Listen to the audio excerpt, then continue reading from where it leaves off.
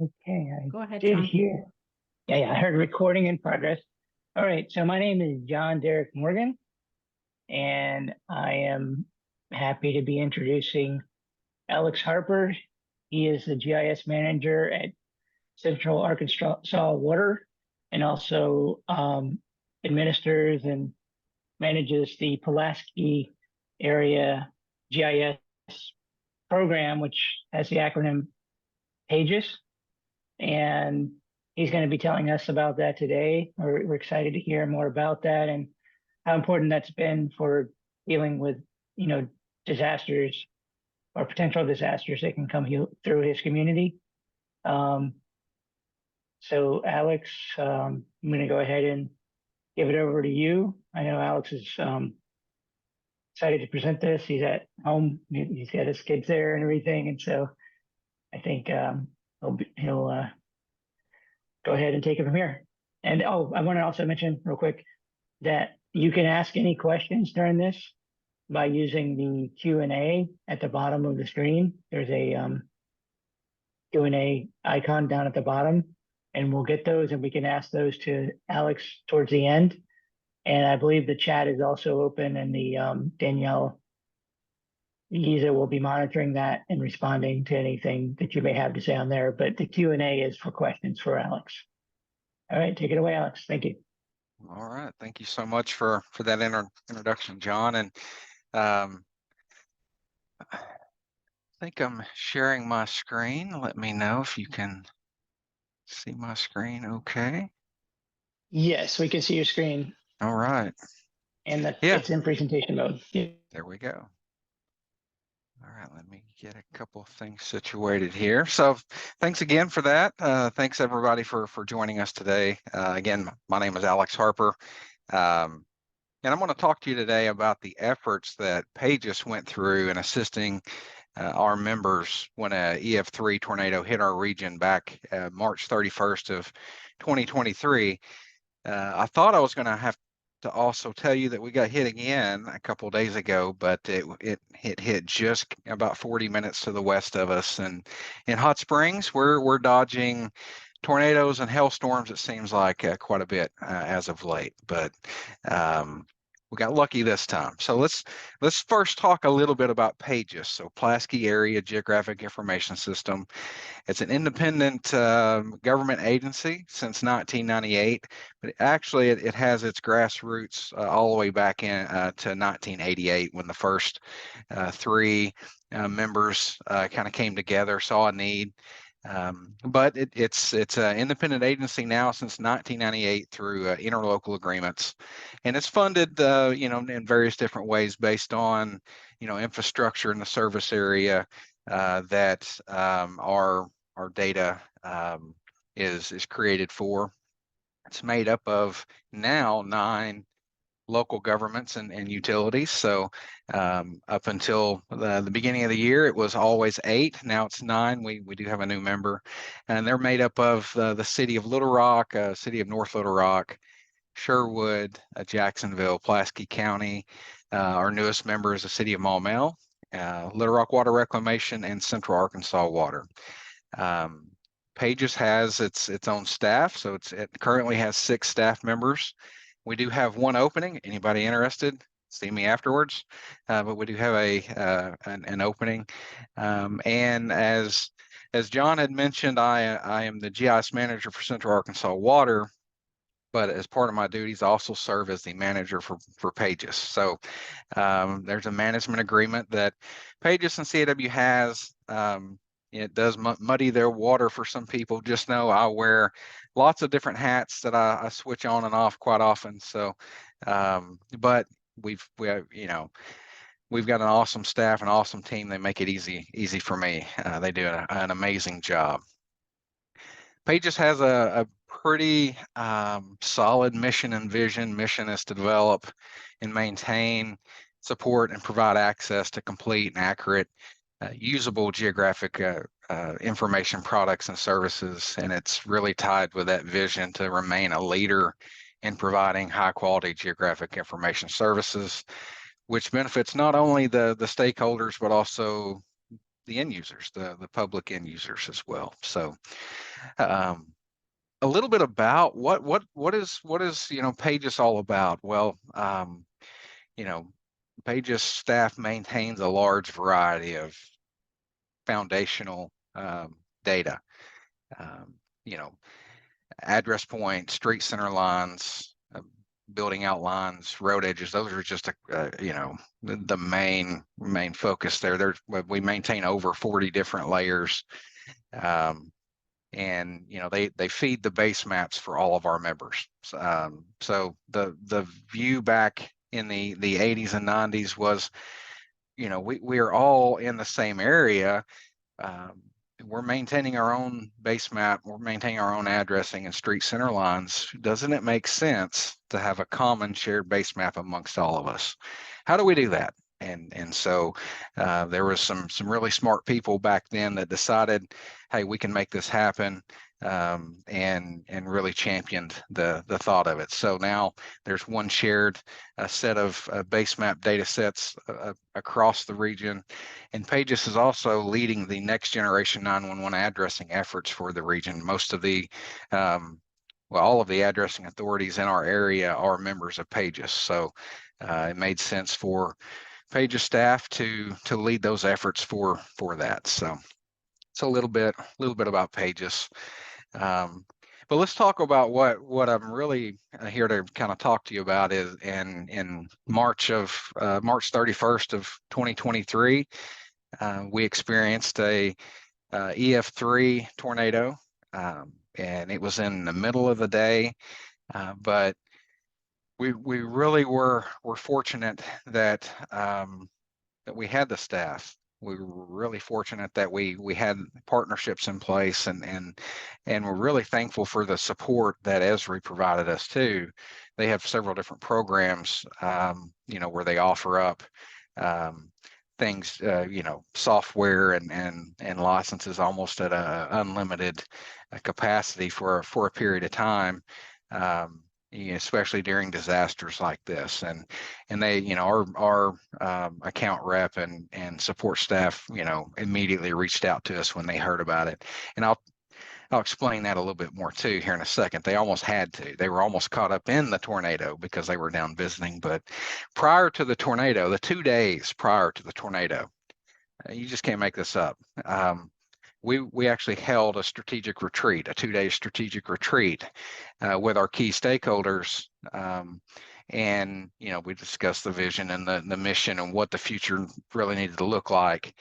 But one of those big discussion topics was emergency response.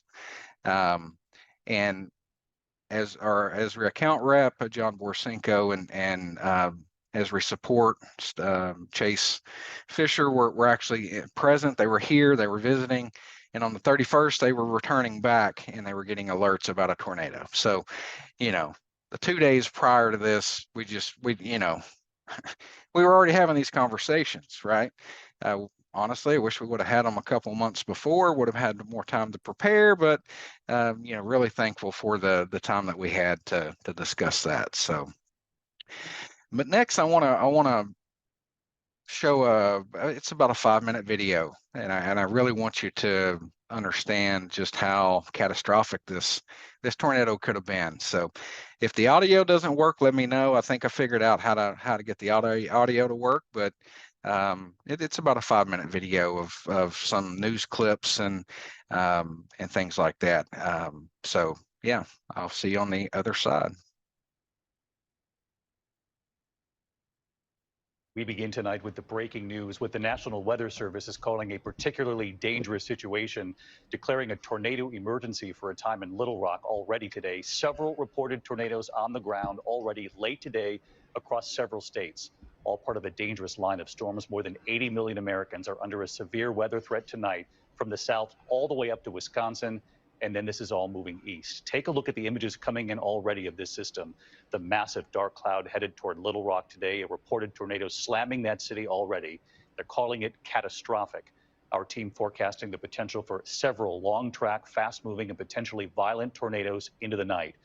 and what it caused here, a car flipping upside down on the side of the road. This is just some of the damage, obviously. A shopping center damaged, twisted pieces of metal ending up on the fence there in the parking lot. All of this beginning to play out just as President Biden was visiting Rolling Fork, Mississippi today after the deadly tornado outbreak just days ago. It's hard to believe we were reporting on the ground there at the beginning of this week, and now at the end of the week, another tornado outbreak unfolding tonight. Senior meteorologist Rob Marciano standing by to time all of this out as we go into the evening hours. But first, the images coming in from Little Rock and beyond, declaring a state of emergency in Arkansas already. ABC's Victor Kendo leading us off from the storm zone tonight. Tonight, the tornado emergency unfolding in Little Rock, Arkansas. Take your tornado precautions now. You're looking live right now, north of Little Rock. That is the lowering, and there's a tornado in there. This is not a drill. This is confirmed. It's going to hit the radio tower. Go. Storm chasers tracking the massive, fast-moving twister as it heads into the north side of the city of 200,000 people. This neighborhood taking a direct hit, downing trees, shearing roofs, splintering homes, and tossing vehicles everywhere. Little Rock's fire chief telling ABC News there are significant injuries. The ambulances are pretty constant as they're getting called out here to search through these homes. Meteorologists at our ABC affiliate KATV watching as the tornado tracks through their hometown, overcome with emotion. We have friends and family who have been affected by this, that homes have been destroyed. And so if there's hesitation, we're trying to keep our composure too.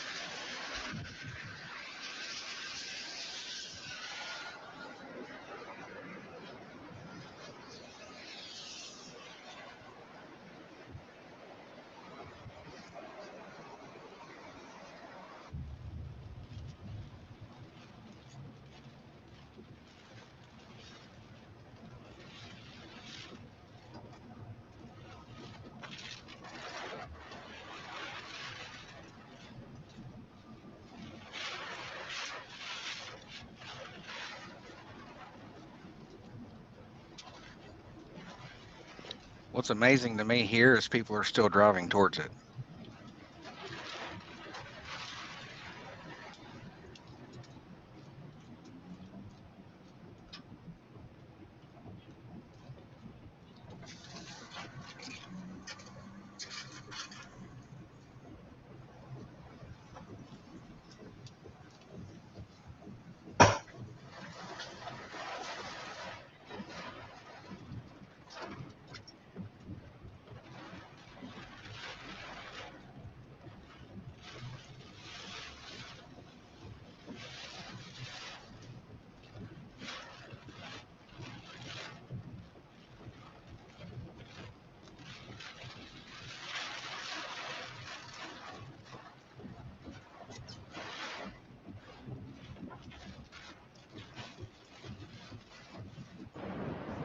Wow. Here it comes. There it is, Billy. I see it up here. Dude. Yeah, go.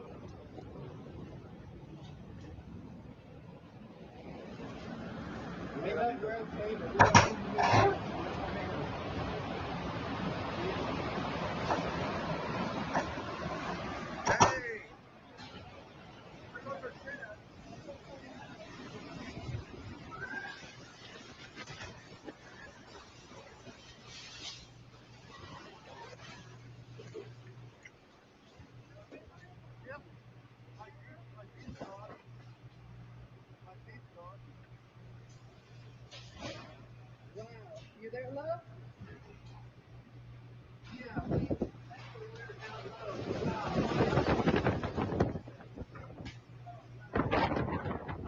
at this.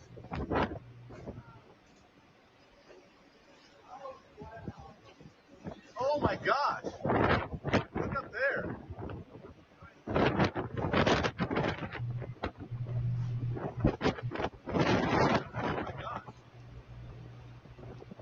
Woo! Hey, call upstairs, see if they're okay.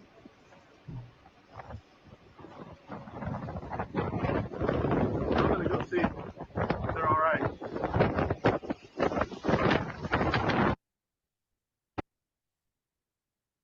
So yeah, kind of crazy. Funny story on myself. I was actually up on a ladder cleaning out gutters whenever I first heard the alarm go off. We get kind of used to tornadoes, dodging them here. So my wife quickly, said, "Get down from there." So I got down and was watching it on TV as it was happening. But yeah, that's really really crazy, really scary stuff. And and it seems like it's happening a lot more as of late. But a little bit more about the storm on March 31st. There was a huge weather event that actually wound up being the third largest tornado outbreak ever recorded, with 130 tornadoes over a 24-hour period. And there was another one that was just a little bit south of us that went on east and hit another community in eastern, kind of northeastern Arkansas, and devastated the school and places like that. So the path here, you can kind of see where it started trekking. It went, over 34 miles. And the amazing stat is 0 fatalities, 54 injuries, but 0 fatalities. And my hypothesis is this happened at 2:18 in the afternoon. If it was an hour later, schools would have been letting out. This went through residential areas. But when it hit, it's really saved a lot of lives, I think. Just at that time that it hit. But you can kind of see it. A lot of the damage in the videos that you saw and how it kind of trekked. So after it was all said and done, there's approximately 3,500 buildings that were affected in some form or fashion, and about 6,500 different addresses that were affected by some sort of damage. So, but how did we get involved in it? Okay, so I laid out all of our member agencies to you just a little bit ago. Every one of them was affected by this tornado in some form or fashion, even the utilities. And one of our agencies, it was North Little Rock, that reached out to us first. And I think we're all adults here, but the request was they wanted a big damn map that they could put up on the wall. And which is all good, but as soon as you print that map off, it's obsolete. So we went over, Chris Owen, our GIS coordinator, went over, printed them off the map that they had asked for. But in the process of in the time that he was doing that, we also had started talking with Esri and started formulating the different web solutions that we could spin up. And we reached out to our other member agencies, and it really expanded from there. Once one saw that we could do something, the other wanted something similar, and it kind of dominoed that way. So the initial data that we were getting in, the big square box on the north side of the river, Arkansas River, kind of splits Little Rock and North Little Rock. That was their initial. They drew that on a map and they sent it over to us, and we digitized it, and they knew that there was tornado damage in that big box. And then North Little Rock at Little Rock at one point flew a drone on their side to try to get a good kind of buffer. And then the hatched polygon areas was actually what the NOAA and the National Weather Service finally put out as their initial or as their storm path. And so as you can kind of see, when stuff kind of hits the fan, you kind of scramble and try to do your best to, you know, define the area that you're going to do your searching in. And that's what the two sides started to kind of do there. The PAgis staff then started conducting aerial assessments. So this is eyes on a screen, eyes on photography, taking those polygons, selecting out those building outlines that I said that we were that we maintain, selecting out those addresses. Those are all categorized based on structure type and things like that. So we could give them just a rough estimate on what the impact might be when it comes to commercial buildings to residential buildings. It allowed us kind of that starting point. And so we, you know, categorized, you know, damage to building outlines and addresses. And in that time, Esri support was able to get us access to imagery the very next day. There was different companies flying, you know, after disaster imagery, and we were able to get access to that and really refine our selections down. We didn't use the AI stuff that's out there now. We probably could have, you know, hindsight, but when you're put to the task, you usually go with what you know, and we did, and we relied heavily on our staff to be able to cover that for you. So, you know, our initial aerial assessment, just visually putting eyes on things, you know, about 5,168 different structures had some sort of damage in this swath that you see in this path. And then again, based on their type, we were able to put up a dashboard just real quick. And then as future damage assessments come in, we could refine down, okay, this one really did, or we didn't see this damage on the aerial assessment, so we added some to it. And so we kind of tackled it in a multi-pronged approach. You know, again, this was looking at just kind of one side of things. You know, again, looking at that aerial imagery, selecting out those that were affected, and building out these dashboards for those emergency responders to look at and see, you know, what areas to really start looking at. And as we kind of continued through, we built them for the different agencies. So the North Little Rock side of things is, and then the Little Rock side of things, you would see there's a lot of damage around this Ambor, Foxborough area. As you can see, when we selected those out, those were pretty well all damaged whenever they were doing field assessments. And then it kind of narrowed down when you got on to, say, Sherwood. And so, you know, as it was kind of phasing out, you know, that damaged area, you know, really come down based on our initial aerial assessments.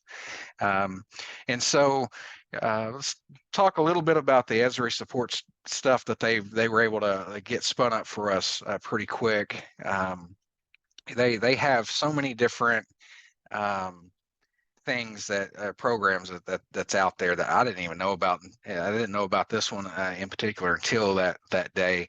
It's their disaster response program. This may be an older screenshot, but you know, you can access those different things. They're basically prepackaged solutions, right? They come ready. You know, it has multiple different surveys that are kind of prepackaged. The one drawback is we found out, and I'll talk about this on later on, but you know, it's kind of hard to customize some of the prepackaged things, but we were able to work around it and do that. Again, you know, looking at a lot of the different things, we spun up two of their different solutions: the damage assessment and the road closures.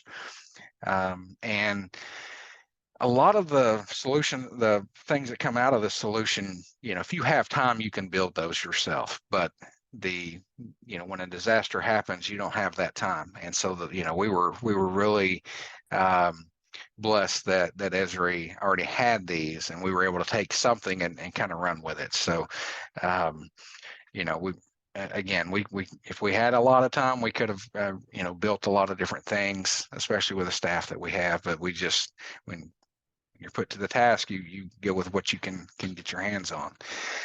The damage assessment solution provided a wide range of different feature services and web maps and applications, survey 123s and dashboards. And the pre-built surveys, came with like 100+ fields based on FEMA data collection requirements, right?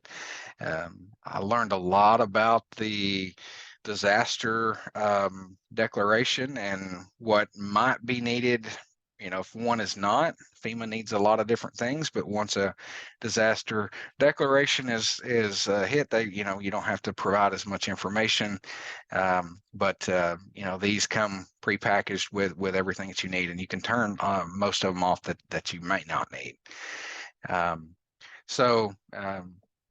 Again, this is just kind of talking about the different assessment surveys. Damage assessment survey for Little Rock had 25 fields, but North Little Rock, they didn't want as many. Sherwood didn't want as many. So that was one of the things that we ran into was, each agency needed something and wanted something different. And so we tried this system the best we could and provide them those surveys with the fields that they needed.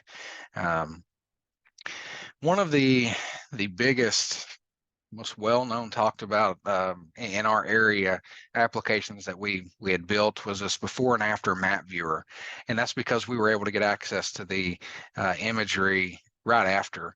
But this is an image of before the tornado hit, and then using a little slider, you could slide across and you could see the damage after. And in this area, this was one of the more harder hit areas, but you can see just how bad that damage was. Again, it was used from emergency response planners to go out and start deciding where to do these damage assessments, and the public. I think we've got a lot of hits on this one for public. But so as they were collecting data out in the field, I know Little Rock utilized staff members and the public to collect different data. North Little Rock may not have, Sherwood may not have. The different agencies had their different requirements, so we tried to provide them everything that they needed to collect the information that they needed. And here's an example of one of those surveys that an end user would go through, and we customized it to meet Little Rock's branding and stuff like that, but it has all of those fields that were needed. It has a spot to attach a photo, and so on and so forth. So it was used. Again, most of these questions come from wants and needs that FEMA or other agencies like that need. And then we built an application to give just a real quick overview of all the damage reports that were coming in. So as a survey was being filled out, being submitted, you could see it being placed on the map, as well as these damage report viewers. So as people were taking pictures, this viewers, you could go click on the survey point, and you could see the pictures, you could see the information that was being filled out. I do have some of these queued up that we could look at. We all know that when you do live demos, that they don't sometimes work. But if there's any interest that we want to look at any of them, I do have some of them queued up. We built a customized dashboard on the North Little Rock side, and they needed to see things a little different way. Was it destroyed? How was it affected?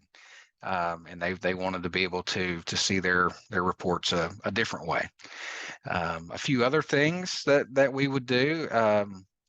had no idea about this either until we were kind of put to the task. But you know, when there's damage to a structure, if it falls within a 100-year floodplain, they don't always allow them to rebuild. I had no idea about that, but we were able to build out based on, you know, what the floodplain looked like, and you know, do some analysis that way. But we also, you know, we hear about, you know, Esri hub sites. We built a hub site and hub sites.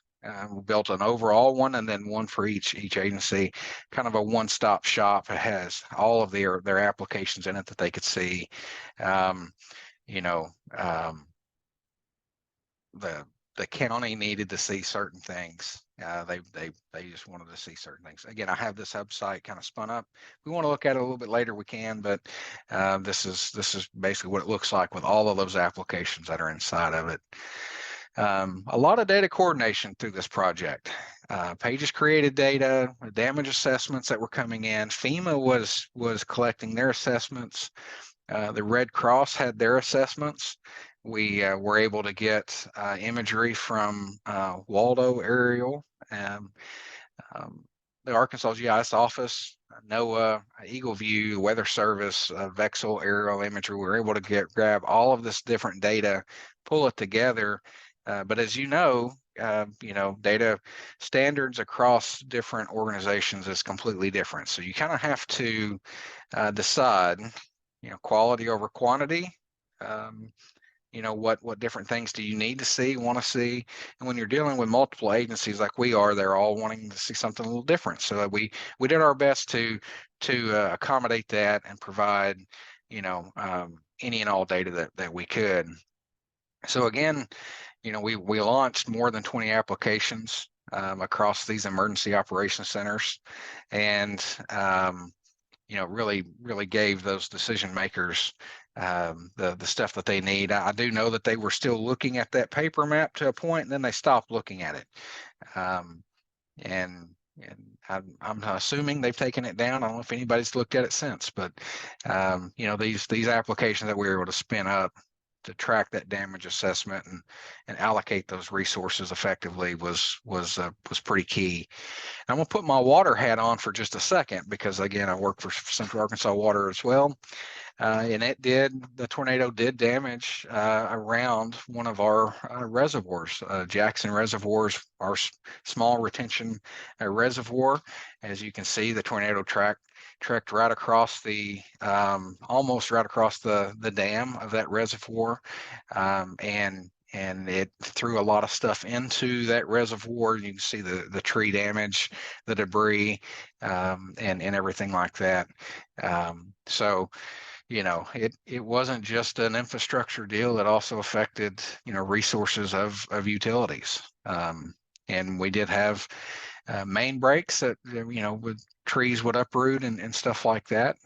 And same on the wastewater side of things too. So, but let's talk about a few of the, you know, the achievements and what we were successful at. You know, we were able to swiftly transition from printed maps to, you know, online, create some user-friendly surveys. So I will say this, it was amazing. I know one of the agencies had no iPads. All of a sudden, they now all have iPads. The day after this happened, create the surveys with QR codes to download those surveys, and they were out in the field, you know, real fast. They picked up on it pretty quick. So for non-GIS users, you know, they were able to pick up with it and run with it.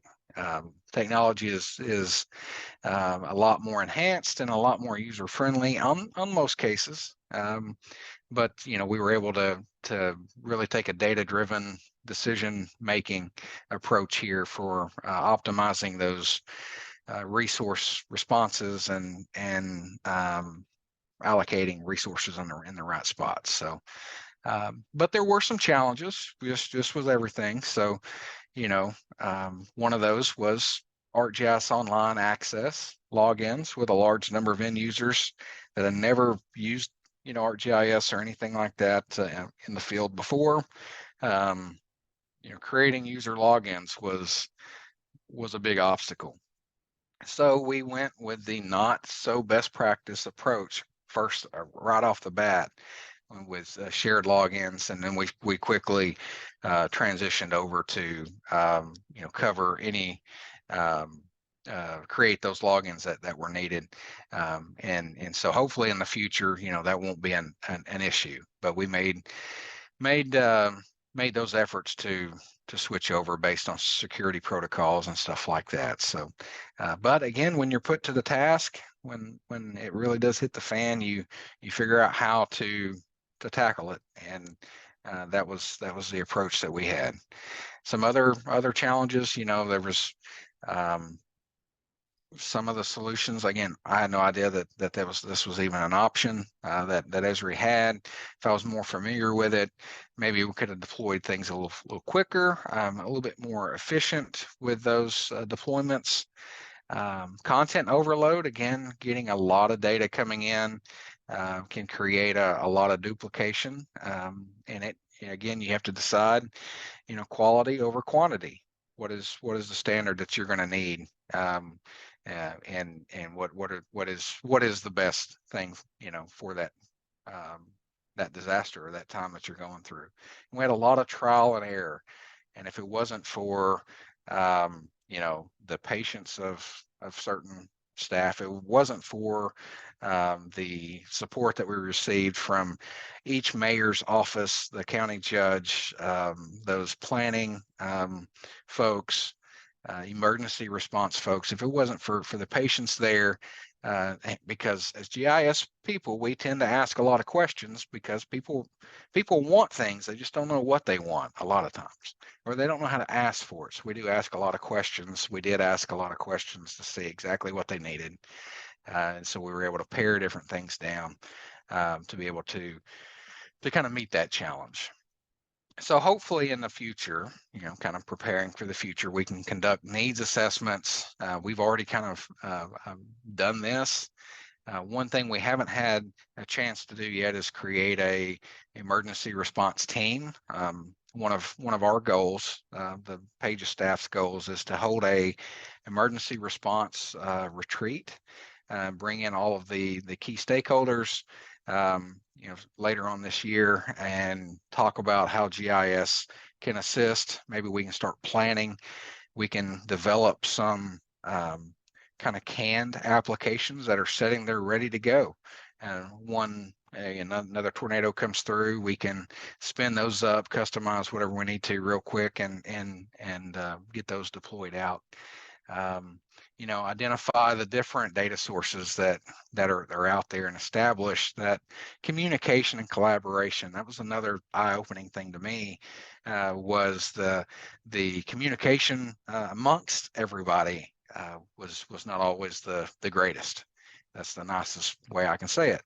But figuring out how to collaborate and get folks to communicate and share map data a lot easier is I think critical in the future too. So especially for real time disasters and updates that are needed. But next, I want to say a special thanks to the PAgis staff for their tireless work that they put in. Thanks to all the field staff and those folks over at the different cities that really championed this. We had some real awesome champions at the city of Little Rock, and we had some really awesome champions at the city of North Little Rock, and a special thanks to Chase Fisher at Esri. I know he and I spent a lot of time on the phone together through Teams, through Zoom, getting everything spun up and working through a lot of different things. So to him and our account rep John, just a special thanks to them as well. So with that, I'm going to kind of open it up for any questions. Just remember, there's always a rainbow. Look for the rainbow, look for the silver lining. Again, we had 0 fatalities tied to this disaster, and it could have been a lot worse. And it was amazing to see people come together. So, yeah. Thank you, Alex. That was great and a really good job. This is a well-deserved award-winning project of collaboration and on-the-fly like communication that had to occur directly after these events. We do have a couple questions. I don't know if you can see those. I can go ahead and read them to you. We got one from Megan Farrell in the Q&A, and we have one in the chat. I'll go ahead and read Megan's first. Does your team partner with the local sustainability office to coordinate efforts to implement regional resilience projects for future natural disasters, such as tornadoes, floodings, and urban heat? That is one of our hopes that we can, again, the desire to have a retreat or emergency response retreat with those folks that are in our region. You know, we know of them, and we only work with them a few times here or there, but you know, to create that really, and that continuing communication and understanding. I feel when you bring people together, you know, it really opens up those line of communication. So I'm hoping in the future that we will. Okay, great. And we have a couple questions in the chat. Next one is from Ian McKenzie. He says it would be useful if Esri supported group-based logins for these disaster situations, so you can quickly mobilize and demobilize. Does not seem practical to be setting up accounts and teaching people how to log in. Great presentation. So it's more of a comment than a question, but I actually was going to ask a question along these lines anyway. So like, because that is something that seems like that would have been a big challenge, and it looks like you guys addressed that. Yeah, it was definitely a big challenge. Right off the bat, we had to decide, okay, we're going to have to steer away from best practices. Esri was okay with that. Again, they were on the call the whole time through this, and you know, we were able to transition over to them eventually. But yeah, you know, that was a big struggle early on. Okay, and Gregory Rouse is asking, did you have a contract with Esri to assist pre-storm? No, all we have with Esri is we're Esri users. We have an account with Esri. This is something that, again, we had no idea, but if there's a disaster going on, this is something that they offer up for their end users. So there was no contract on the front end. This was it. And to be all transparent, there was no cost for us, no additional cost for us for this. This is something great that Esri does. Yeah, that is great. Jennifer Lana says, great job. Are you attending, presenting at the Esri UC? I believe I am. I'm presenting on the CAW side. Yes, I should be there. Okay. Haseeb Mirza asked, did we get utilities infrastructure damage assessment as well, or is it still in process? So specifically about utilities infrastructure damage. So each one of the utilities track those. I know on the CW side, we have a work order tracking system over there. We tracked all of that internally. And there wasn't a need for PAgis to help us out there. But we were able to take the data that PAgis was able to, the damage assessment data that the PAgis staff provided, and actually know where to go investigate, know where to send crews, and kind of cross-reference those with billing. If somebody had a spike in billing or whatever, you know, it did kind of help us track down a few different things like that.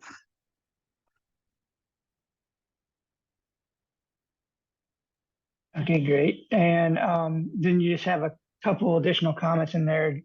Rachel Peranilio saying great work, and it's important, showing how this connects to the larger URISA and GIS community.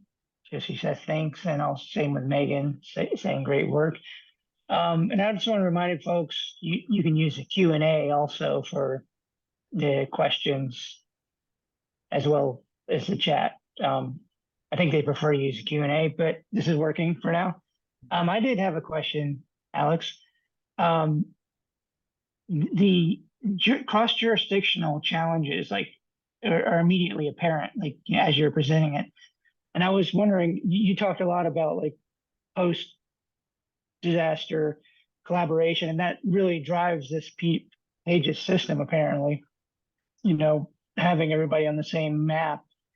But was there any sort of things about pre-disaster that like, when I say jurisdictional challenges, I'm just thinking specifically here. I live in Pensacola.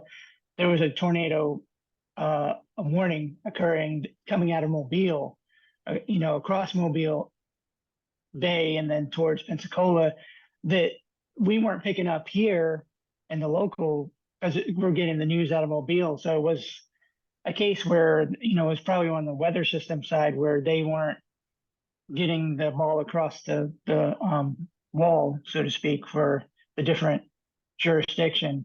Were there any sort of issues like that really drove the creation of PAgis, or was it more of just the post-disaster response?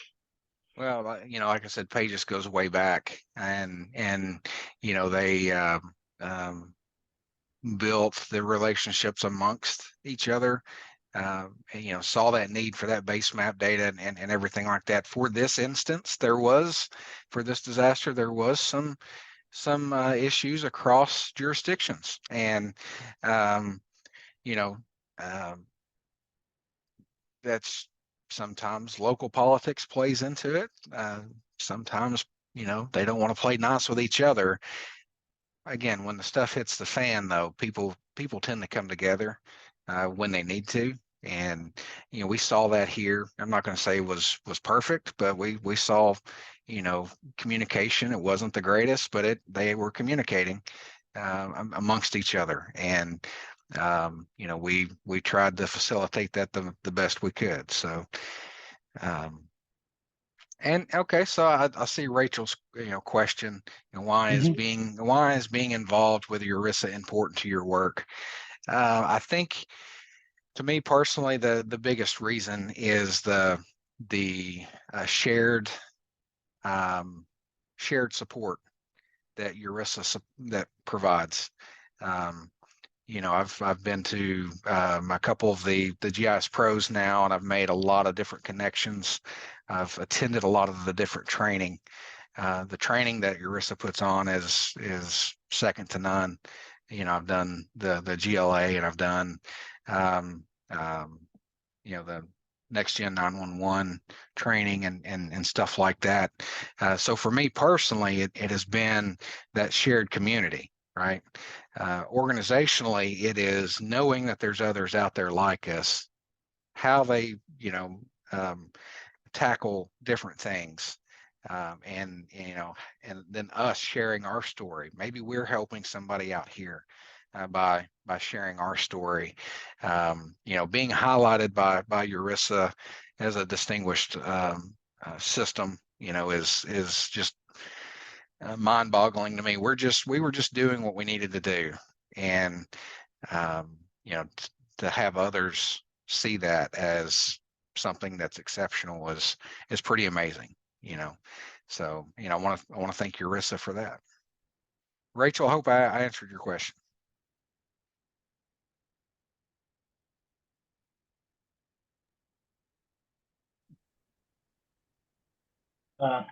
Okay, so I don't know if there are any other questions at this point.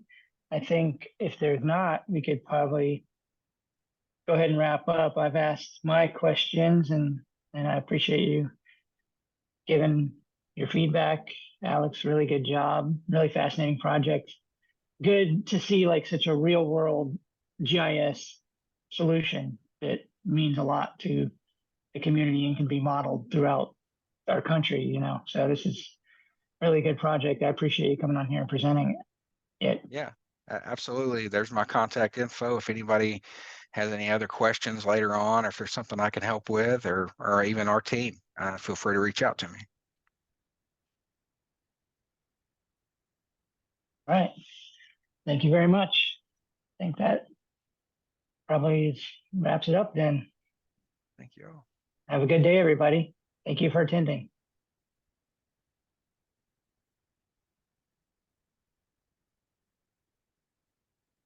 Oh,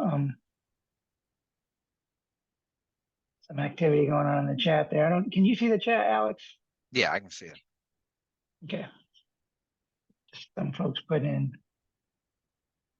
Thank you.